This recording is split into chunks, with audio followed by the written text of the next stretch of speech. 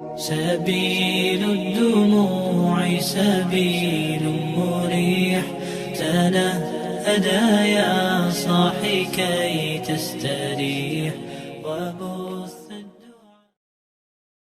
Bismillahirrahmanirrahim. Assalamualaikum warahmatullahi wabarakatuh. Innal hamdalillah nahmaduhu wa nasta'inuhu wa nastaghfiruh wa na'udzu billahi min sururi anfusina wa min sayyiati a'malina may yahdihillahu fala mudhillalah wa may yudlil fala hadiyalah. Asyhadu alla ilaha illallah wa asyhadu anna Muhammadan abduhu wa rasuluh. Pada kesempatan kali ini Al-Fakir masih akan melanjutkan pembacaan kitab Fadilah Amal di bagian kitab kisah-kisah sahabat di babnya yang ke-11. Semangat anak-anak dalam agama di kisahnya yang nomor ke-8. Kisah Sayyidina Abu Sa'id Al-Khudri radhiyallahu anhu ketika masih kecil ditinggal syahid oleh ayahnya.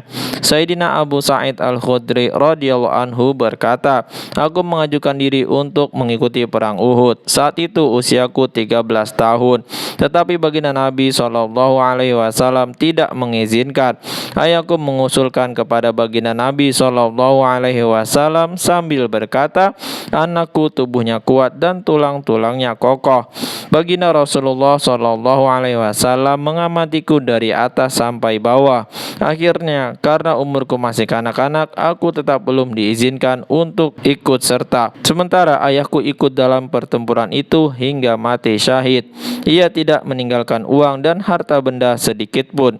Suatu ketika aku mendatangi majelis baginda Rasulullah SAW untuk meminta bantuan keuangan. Begitu melihatku, beliau bersabda, barang siapa menyabarkan diri, maka ia akan diberi kesabaran oleh Allah Subhanahu wa Ta'ala.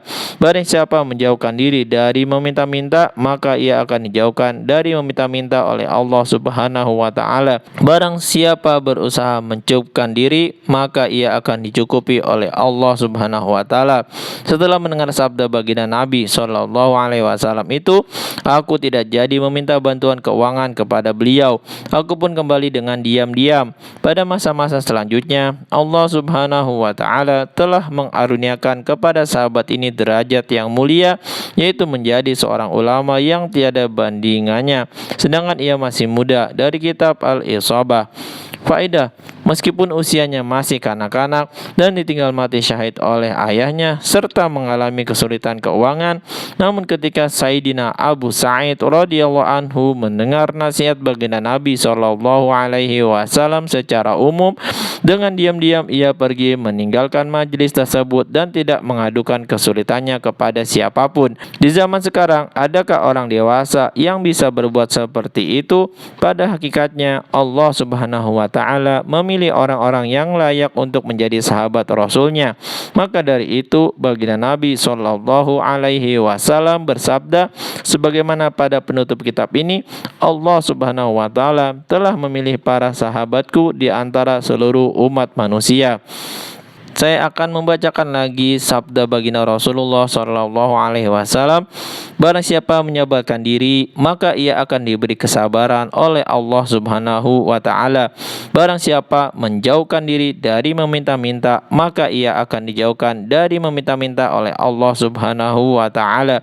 Barang siapa berusaha mencukupkan diri, maka ia akan dicukupi oleh Allah Subhanahu wa Ta'ala. Begitulah sabda baginda Rasulullah SAW. Mudah-mudahan kita bisa mengambil hikmah, amal dan sampaikan kepada saudara-saudara kita yang lain. Subhanakallahumma wa bihamdika, asyhadu alla ilaha illa anta, astaghfiruka wa atubu ilaik. Wassalamualaikum warahmatullahi wabarakatuh. سبيل الدموع سبيل مريح تنهدى يا صاحي كي تستريح وبث